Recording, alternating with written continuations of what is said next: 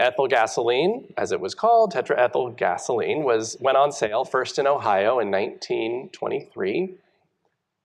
It was marketed heavily to car owners as the future of automobiles and what would cure engine knock and make your car better than your neighbor's car, and eventually kind of rise everyone's cars out of the annoyances of the old inefficient ways.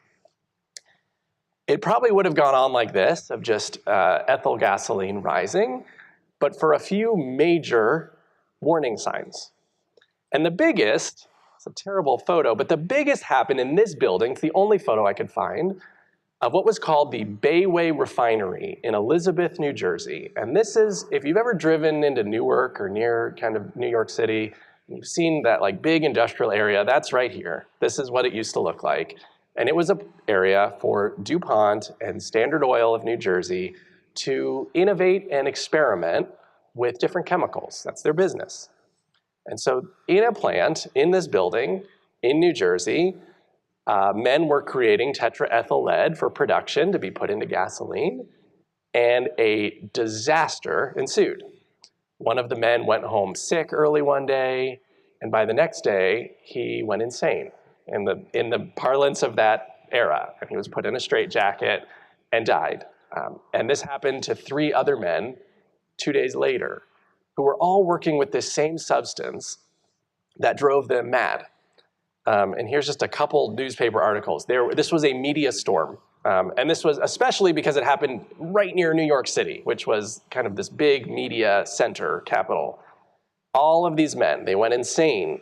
They called it loony gas because nobody knew what exactly they were working with.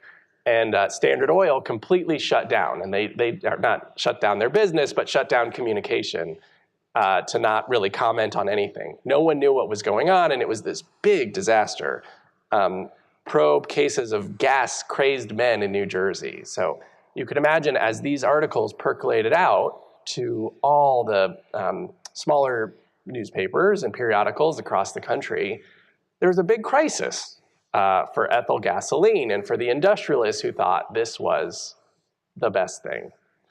Now, Alice Hamilton was rather grateful that something was finally getting attention, right? She had spent her whole career warning against bad things and industrial chemicals that could become poisonous.